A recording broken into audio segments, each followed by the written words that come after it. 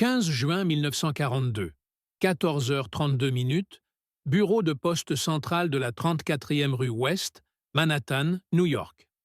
L'air confiné du sous-sol vibre d'une humidité poisseuse qui s'accroche à la peau comme une seconde couche de sueur. Les néons jaunâtres bourdonnant au-dessus des casiers métalliques rouillés par des décennies de colis oubliés, et Joe Ramirez, quinquagénaire au dos voûté par 15 ans de cars interminables, sans le poids écrasant de l'après-midi d'été, s'abattre sur ses épaules tandis qu'il fouille les objets non réclamés. Ses doigts calleux, glissant sur les étiquettes effacées, l'odeur âcre de papier moisi et de colle séchée envahissant ses narines dilatées par la chaleur. Le colis est là. Tapis dans le coin le plus sombre du casier numéro 47, un rectangle trapu enveloppé de papier brun taché d'humidité, adressé à Monsieur G. Keller, 214 West 47th Street, poste marqué d'un timbre allemand oblitéré à Lisbonne via un transit neutre, jamais réclamé depuis 3 semaines, son poids anormal, bien trop lourd pour des vêtements ou des livres, faisant gémir les ressorts du casier quand Ramirez le soulève. Un frisson glacé remontant le long de sa colonne vertébrale malgré la moiteur ambiante, car qui laisse un paquet comme ça, si dense, si silencieusement menaçant, dans une ville en guerre où chaque ombre pourrait cacher un saboteur nazi infiltré sur le sol américain? Ramirez hésite, le colis posé sur le comptoir graisseux, ses paumes moites, laissant des empreintes humides sur le papier craquelé. Le tic-tac lointain d'une horloge murale amplifiant le battement de son cœur qui cogne comme un marteau-piqueur contre ses côtes. Et il se souvient des affiches placardées partout. Loose lips sink ships. Les yeux exorbités des posters le fixant depuis les murs écaillés. L'écho des sirènes d'alerte aérienne de la semaine précédente résonnant encore dans sa mémoire. Car New York n'est plus la ville des Lumières, mais un bastion assiégé, port grouillant de convois atlantiques sous menace constante de U-boots affamés. Il appelle son supérieur, voix rauque, étouffée par la peur naissante. « Patron, il y a ce truc. » Il pue le louche, regardez le poids et l'adresse. Personne n'est venu le chercher. Et le contremaître, un Irlandais bourru nommé O'Malley, s'approche en traînant les pieds sur le béton poussiéreux, ses bottes usées claquant comme des coups de feu secs, attrape le colis d'une main ferme, mais sent immédiatement la résistance inhabituelle, comme si l'objet renfermait non pas du linge, mais du plomb fondu, une sueur froide perlant sur son front ridé, tandis qu'il murmure « Appelez les flics, Joe, et pas les locaux, le bureau, direct. » Car en ces temps de guerre totale, un colis orphelin comme celui-ci pourrait bien être la clé d'une opération allemande visant les chantiers navals de Brooklyn, où des milliers de soudeurs forgent, jour et nuit, les Liberty Ships destinés à défier Hitler sur les mers. 14h47, le sergent de poste arrive en premier, un costaud en uniforme kaki trempé de sueur, son holster Sam Brown ballottant contre sa hanche, l'odeur de son cigare bon marché se mêlant à celle du papier suspect. Mais c'est l'agent spécial du FBI, Harold Hal Thornton, qui fait irruption à 15 heures précises, costume 3 pièces froissé par la course depuis le quartier général de Foley Square, cravate desserrée révélant une chemise tachée de nicotine, yeux perçants d'un homme de 38 ans qui a déjà flairé la trahison dans les cercles immigrés de la ville, son cœur battant la chamade sous l'afflux d'adrénaline pure quand il empoigne le colis, sentant, à travers le papier, la forme angulaire d'un appareil métallique, froid et impitoyablement précis. Thornton ordonne l'évacuation partielle du sous-sol, voix basse et autoritaire coupant l'air comme un couperet. Tout le monde dehors, maintenant, et boucler le périmètre.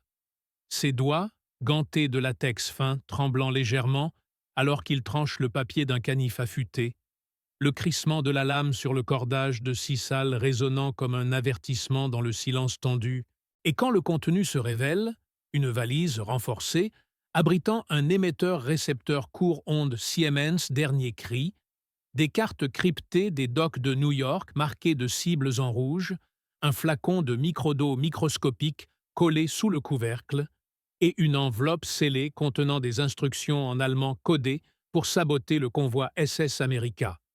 L'air semble se figer, une nausée acide montant dans la gorge de Thornton, car ce n'est pas un simple cadeau oublié, c'est le lien tangible avec l'Abwehr, les services secrets nazis, et chaque seconde perdue pourrait signifier des explosifs sous les coques des navires ou du poison dans les réservoirs d'aviation.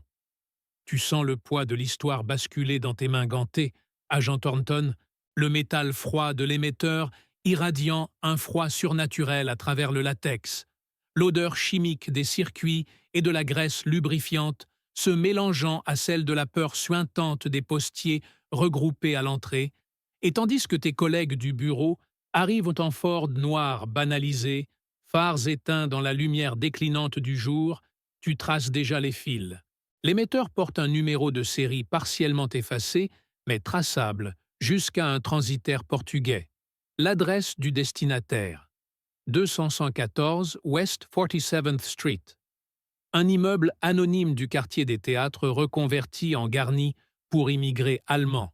Et les microdos, agrandis sous une loupe d'urgence dans la voiture, révèlent des coordonnées précises pour un débarquement de saboteurs par sous-marin au large de Long Island, prévu dans 72 heures. La décision te frappe comme un coup de matraque. Pas d'alerte générale qui alarmerait le réseau entier, pas de descente massive qui laisserait filer les gros poissons, mais une filature solitaire. Toi et ton partenaire. L'agent Marty Klein, un dur à cuire de Brooklyn avec un Colt. 38 nichés contre ses côtes, pour suivre la piste depuis le bureau de poste jusqu'à l'immeuble suspect. Car un colis jamais réclamé comme celui-ci hurle l'improvisation d'un agent grillé, paniqué, prêt à tout pour récupérer son matériel avant que les rats ne mordent. 16h12, rue bondée de la 39e rue. La chaleur asphyxiante fait luire l'asphalte comme un miroir déformant, klaxons furieux des taxis jaunes perçant l'air saturé d'échappements et d'odeurs de hot-dog brûlés des marchands ambulants, et Thornton s'installe au volant de la Ford V8, moteur grondant sourdement sous le capot, vibrations remontant le long de ses bras tendus sur le volant gainé de cuir craquelé, Klein à ses côtés mâchonnant un cure-dent pour masquer le goût bilieux de l'angoisse, tandis qu'il poste un planton discret à l'intérieur du bureau de poste. Un jeune agent en civil nommé Eddie Ruiz, 24 ans, cœur battant à tout rompre sous sa chemise blanche trop serrée, yeux rivés sur le casier vidé, mais piégés d'un fil invisible relié à un signal silencieux.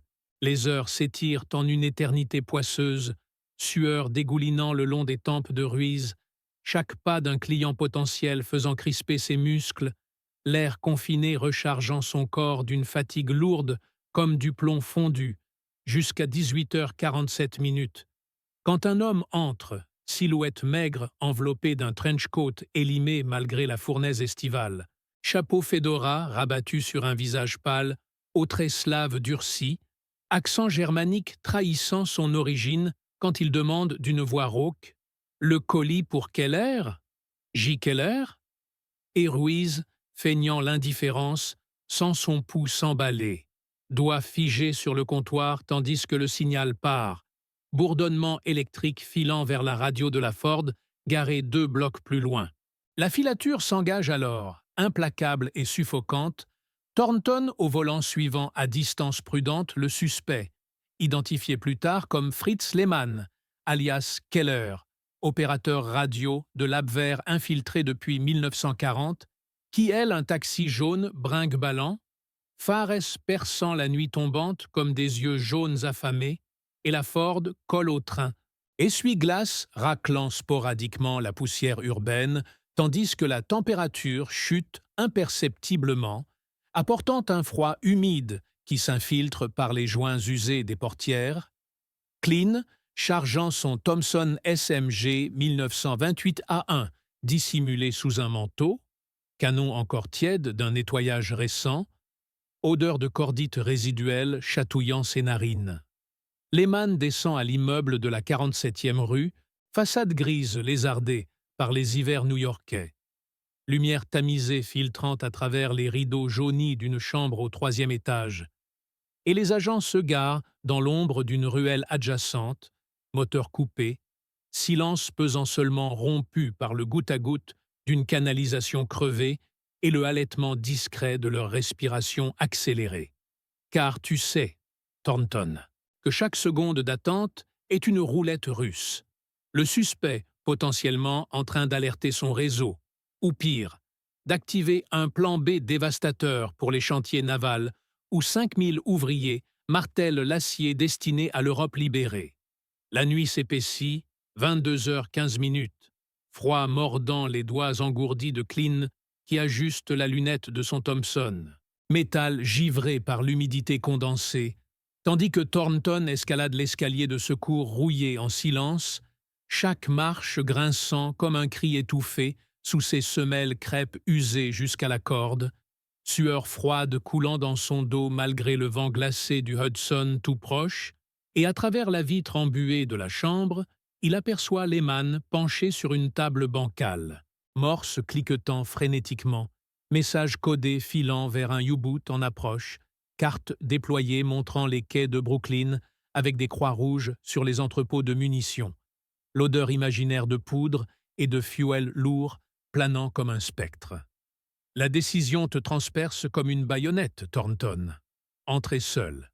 Risquer la mort pour un informateur anonyme dont le colis orphelin a tout révélé, ou attendre des renforts et laisser filer l'opportunité de démanteler le réseau? Tes doigts se crispent sur la crosse de ton Colt M1911, acier froid mordant la chair à travers le gant, cœur tonnant un rythme primal dans tes tempes, et dans cet instant étiré à l'infini, où le monde se réduit à la vitre sale et au cliquetis du morse, tu pousses la fenêtre d'un coup d'épaule, verre explosant en une pluie scintillante avalée par l'obscurité. Lehman, pivotant avec l'instinct d'un loup acculé, main plongeant vers un Luger P-08 luisant sous la lampe à huile. L'explosion de violence est immédiate, brutale, le Luger crachant une langue de feu orangé qui laboure l'air à un cheveu de ton épaule, brûlure cuisante du souffle sur ta joue, tandis que tu ripostes. Colt aboyant 2 fois, détonations assourdissantes, ricochant contre les murs nus tapissés de papier peint cloqué, odeur âcre de cordite envahissant la pièce exiguë comme un gaz toxique, Lehman titubant en arrière, sang éclaboussant le mur en une arabesque écarlate, son cri guttural. Amerikanischer Schwein, étouffé par le fracas de Cline défonçant la porte d'en bas. Thompson déchaîné, arrosant l'escalier dans une rafale hurlante, balle. 45 ACP déchiquetant le bois pourri et ricochant en gerbes d'éclats mortels. Tu sens le sol trembler sous tes bottes, genoux flageolants d'adrénaline pure qui transforme tes veines en lave en fusion, Lehman rampant vers une trappe au plancher, doigts griffant les lattes disjointes dans une danse macabre de désespoir, et tu plonges, corps entiers s'écrasant sur le sien, poids de 85 kilos broyant ses côtes fragiles, poing s'abattant en un uppercut vicieux qui écrase son nez en pulpe sanglante, goût métallique du sang projeté sur tes lèvres, tandis que Cline surgit, menottes claquant sur les poignets du nazi, halètement rauque, emplissant la pièce saturée de fumée âcre et de relents de peur urinaire. Mais ce n'est que le début, car fouillant la chambre sous le choc post-combat, muscles tremblants d'épuisement, poumons brûlants aspirant l'air vicié, vous découvrez sous la trappe un bunker improvisé, 2 autres agents dormants, éveillés en sursaut par le chaos, Walter PPK crachotant dans l'ombre, une balle frôlant la tempe de Klein qui rugit un juron yiddish, Thompson répondant par une tempête de plomb qui éventre les cloisons minces, plâtre et poussière cascadant comme une neige sale, cris perçants avalés par les détonations, et Thornton, corps plaqué au sol, sent la chaleur infernale des douilles éjectées rouler contre sa nuque, peur viscérale nouant ses entrailles comme un étau tandis qu'il recharge en tâtonnant, doigts gourds glissant sur les chargeurs graisseux. L'un des espions s'effondre, poitrine ouverte en une fleur rougeoyante, l'autre fuit par l'escalier de secours, pieds claquant sur le métal tordu. Et la poursuite s'engage dans la nuit new-yorkaise. Ruelles étroites, puant l'ordure et le vin aigre des clochards, Clean en tête, Thompson fumant encore, Thornton haletant à 10 mètres, jambes lourdes comme du béton armé par l'acide lactique accumulé, chaque foulée un combat contre la gravité impitoyable, le fuyard trébuchant sur un tas de poubelles qui dégringolent en avalanche métallique, et Clean saute, corps s'écrasant en un plaquage féroce, coup de crosse fracassant la mâchoire dans un craquement d'os broyé, sang chaud giclant sur le pavé mouillé par une averse soudaine. 3h22 du matin, quartier général du FBI, Foley Square.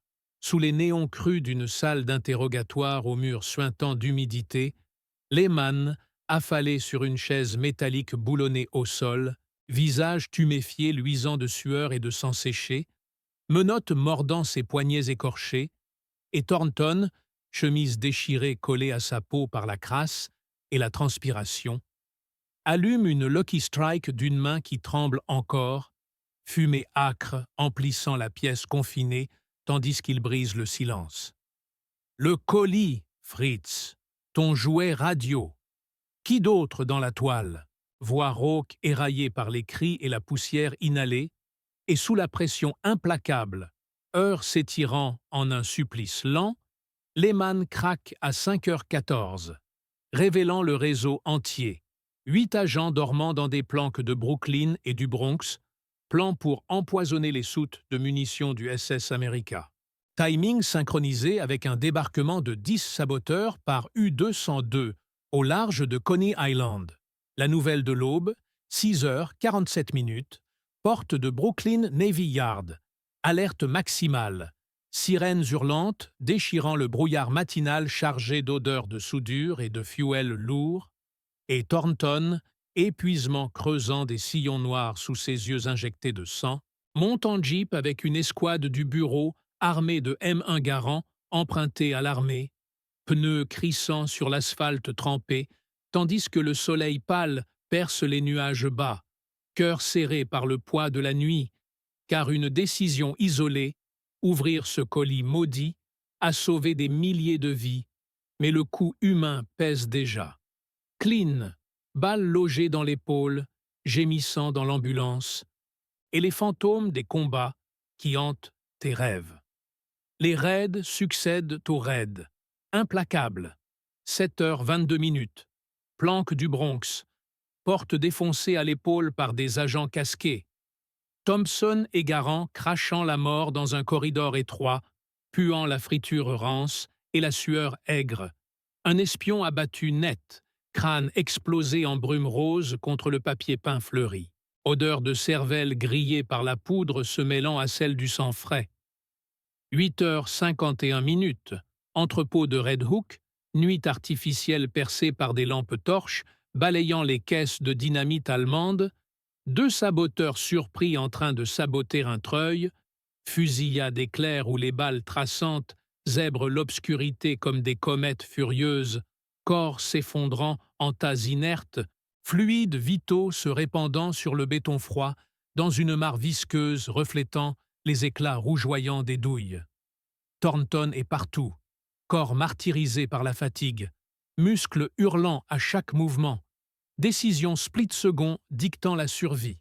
Couvrir Klein blessé lors d'une embuscade de rue où un agent nazi caché arrose depuis une fenêtre haute, M1 ripostant en rafale précise, verre volant en éclats mortels, le tueur dégringolant 3 étages en un sac de chair brisée.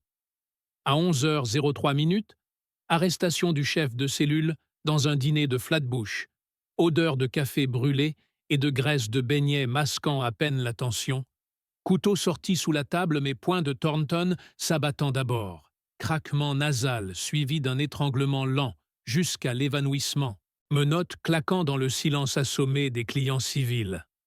Midi passé de peu, quai du Navy Yard, soleil impitoyable martelant les crânes nus des agents, celle de la sueur piquant les coupures ouvertes, et l'interrogatoire final révèle tout. Le colis, expédié depuis Lisbonne par un courrier neutre, était un leurre désespéré pour équiper Lehman après la perte de son poste radio principal lors d'un bombardement naval simulé. Mais son abandon a déclenché la filature qui a démantelé l'opération Adler-Klaue. 20 agents neutralisés, 500 tonnes de munitions sauvées. Le SS America appareillant intact à 16 heures précises sous escorte de destroyers, sirène triomphante mugissant dans le port. Pourtant, dans le silence post-opération, Thornton s'effondre sur un banc du quai, corps entiers secoués de spasmes incontrôlables. Épuisement abyssal, aspirant son âme comme un tourbillon. Odeur de cordite persistante collée à sa peau. Image flashant. Le visage pulvérisé de Lehman, le hurlement étouffé de Klein sous la balle. Et la peur résiduelle, cette terreur viscérale que demain un autre colis anonyme pourrait tout recommencer. Car la guerre n'épargne personne, même sur le sol natal. Et le poids de ces vies sauvées sous impossible ode broie plus lourdement que n'importe quel Thompson chargé. L'après-midi s'étire en formalités interminables, rapports tapés sur des Underwood brinque-ballantes, dans une salle enfumée, cliquetissent des touches rythmant le vide intérieur, doigts de Thornton gourdent sur les barres d'espacement, chaque mot une lutte contre le brouillard mental. Tandis que dehors, New York reprend son pouls frénétique. Passants ignorants filant sous les affiches de recrutement, klaxons et rires étouffant les échos des détonations nocturnes. À 19h22, hôpital Bellevue, Klein sous morphine, épaules bandées dégoulinant encore de pus jaunâtres, grimace stoïque masquant la douleur lancinante qui irradie jusqu'aux os, et Thornton, visiteur fantomatique aux yeux creux, serre la main valide de son partenaire, paume moite contre peau froide, mots inarticulés. « T'as tenu, Marty. Le colis nous a sauvés. » Avalé par le bip monotone des moniteurs naissants. La nuit venue, 23h47, appartement exigu de Thornton sur la 10e avenue, odeur de ragoût froid réchauffé au gaz fuyant. Il s'assoit dans l'obscurité. Bouteille de rye à moitié vide, liquide ambré brûlant sa gorge ravagée. Et les ombres dansent sur les murs nus. Fantômes des espions abattus, murmurant des reproches. Morale conflicte, rongeant son âme. Était-ce justice ou boucherie, ces corps inertes entassés comme du bois flotté? Le sommeil le fuit, corps rompu gisant sur le matelas affaissé, sueur froide renouvelant l'angoisse, jusqu'à l'aube du 16 juin, où un appel du directeur Hoover lui-même scelle le triomphe. Thornton, votre colis a changé la donne, médaille en vue. Mais la gloire sonne creux face au vide hurlant de la survie arrachée à la mort. Les jours suivants s'enfoncent en un lent marasme. Enquête complémentaire fouillant les planques vidées. Odeur persistante de poudre et de décomposition flottant dans les caves humides. Témoins interrogés dans des arrière-salles enfumées. Accent teuton craquant sous la pression. Révélant des ramifications jusqu'au consulat allemand fermé depuis Pearl Harbor. Thornton patrouille les docks, M1 en bandoulière, vent salin fouettant son visage émacié, chaque vague clapotant contre les pilotis un rappel du danger écarté de justesse, fatigue accumulée transformant ses pas en supplice, muscles hurlant à chaque enjambée sur les planches glissantes. Moralement, le conflit fermente. Les familles des espions, épouses éplorées aux portes des prisons fédérales, cris perçants transperçant l'air comme des shrapnels tardifs, te forçant à questionner. Étaient-ils monstres ou pions d'un régime démoniaque? Une nuit, 2h14, cauchemar le secoue.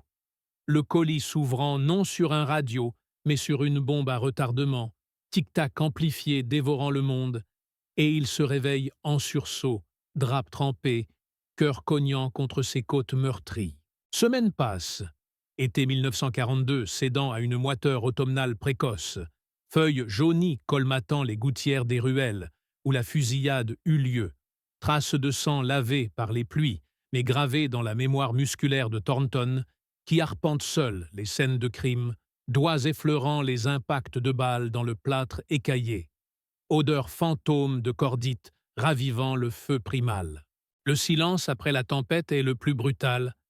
Pas de fanfare, juste des médailles épinglées dans une cérémonie discrète au QG, ruban froid contre la chemise amidonnée, Hoover serrant la main avec un sourire carnassier, mais intérieurement, le poids de l'isolement écrase. Klein rétabli mais marqué, boitant d'une douleur chronique, et Thornton hanté par les « et si », le colis jamais réclamé devenu talisman maudit sur son bureau encombré de dossiers jaunis. Dans les moments d'immobilité, assis face à la fenêtre donnant sur l'Hudson tumultueux, tu sens l'épuisement s'infiltrer comme un poison lent. Os lourd, esprit fracturé par les choix irréversibles, et la guerre continue. Un nouveau paquet suspect signalé à Philadelphie, cycle infernal recommençant. Mais pour l'instant, dans ce silence assourdissant, la survie pèse plus lourd que la victoire. Un fardeau éternel porté par des épaules ordinaires sous des cieux indifférents. Thornton, convoqué dans la salle enfumée du QG, où l'air vicié par les cigares de Hoover colle à la peau, comme une seconde culpabilité, reçoit le câble codé. Philadelphie, entrepôt 17 sur les docks de Delaware, colis anonyme bourdonnant d'une menace sourde, écho sinistre du précédent. Le train de nuit l'emporte, wagon brinque-ballant sous les étoiles indifférentes, hublot reflétant un visage creusé par l'insomnie, barbe naissante griffant le col amidonné, tandis que le rythme des rails martèle les « et si » comme un métronome infernal. Arrivé à l'aube, ciel laiteux suintant une humidité qui imprègne les os, il descend sur le quai grouillant d'ouvriers au regard fuyant, odeur de poissons pourris et de fuel mêlés au sel âcre de la baie, guidé par un agent local au teint cireux, voix chevrotante balbutiant « Ça vibre comme un cœur piégé !» L'entrepôt s'ouvre sur un ventre obscur, caisses empilées comme des tombes profanées, faisceaux de lampes torches dansant sur le colis, une valise de cuir patinée, tic-tac étouffé filtrant à travers les coutures, minuterie allemande gravée en relief, ombre du Reich rampant jusqu'aux portes de l'Atlantique. Tes mains gantées hésitent une seconde de trop, sueur perlant sous les aisselles malgré le froid mordant. Souvenir de la fusillade new-yorkaise ressuscitant en flash. Balles sifflantes, Klein s'effondrant. Fouille minutieuse révèle le fil barbelé piégé, explosif compact niché autour d'un émetteur radio miniaturisé. Message codé en morse pulsant. Prochain chargement. Brooklyn Bridge. Pas le temps pour l'hésitation. Pince coupante tranche le circuit, silence tombe comme une lame. Mais le doute s'installe. Combien d'autres? Combien de pions comme ceux de New York, familles aux yeux hantés attendant un retour fantôme? De retour à l'hôtel miteux, chambre aux murs tapissés de papier peint jaunâtre constellé de taches d'humidité, douche brûlante ne lave pas la crasse morale, vapeur embuant le miroir où ton reflet te fixe, accusateur. Un homme usé à 32 ans, cicatrices invisibles plus profondes que les impacts de balles. Télégramme urgent de Washington. Promotion officieuse, section anti-espionnage renforcée, mais avec elle, l'ombre d'une taupe interne. Murmure de trahison filtrant des couloirs du pouvoir.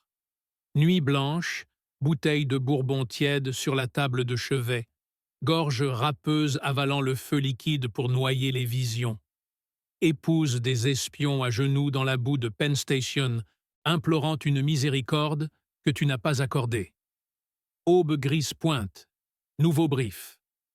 Brooklyn, le vrai colis arrive par cargo norvégien détourné, cycle vicieux accéléré, et tu boucles la ceinture, revolver alourdi dans son holster, épaules ployées sous le fardeau renouvelé. La guerre ne pardonne pas les faiblesses, et la tienne, elle creuse, insatiable.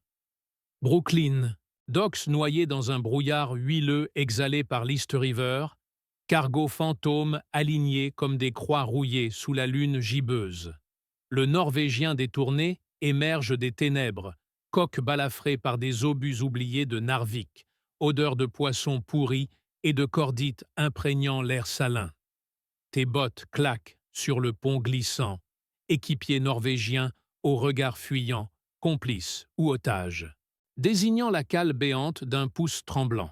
Là, au cœur des entrailles rouillées, le colis, caisse d'acajou marquée matériel médical Oslo, scellé par des clous tordus, tic-tac synchronisé comme un pouls maléfique, écho du Reich pulsant à travers l'Atlantique. Fouille à la lueur d'une lampe tempête qui vacille comme une âme damnée. L'âme de ton couteau entaillant le bois pourpre, révélant les lingots d'explosifs Semtex enveloppés de plans chiffonnés. Brooklyn Bridge en coupe transversale. Charge magnétique destinée aux pylônes suspendus. Heure H synchronisée avec l'arrivée d'un sous-marin U-boot signalé au large de Coney Island. Un déclic. Piège à ressort libérant une seringue hypodermique chargée de toxines nazies, sifflant près de ton oreille, évité d'un roulé-boulé instinctif sur le plancher poisseux. Pistolet dégainé, 2 Norvégiens s'effondrent, balles amorties par la brume, confession gargouillée entre bulles de sang. 10 spins. La toile s'étend. Washington est le prochain nœud. Sirènes hurlantes perçant le brouillard alors que tu traînes le colis principal vers le quai. Détonateur radio arraché in extremis, mais le mort se reprend. Taupe activée. Rendez-vous Penn Station, minuit.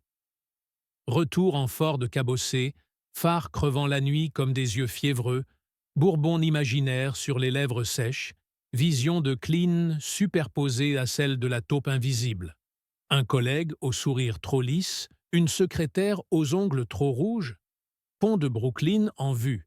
Silhouette fugitive sur le tablier d'acier, ombre du Reich riant dans le vent atlantique, et ton doigt effleure la détente, crevasse morale s'élargissant. La guerre avale les âmes, une bouchée à la fois, insatiable.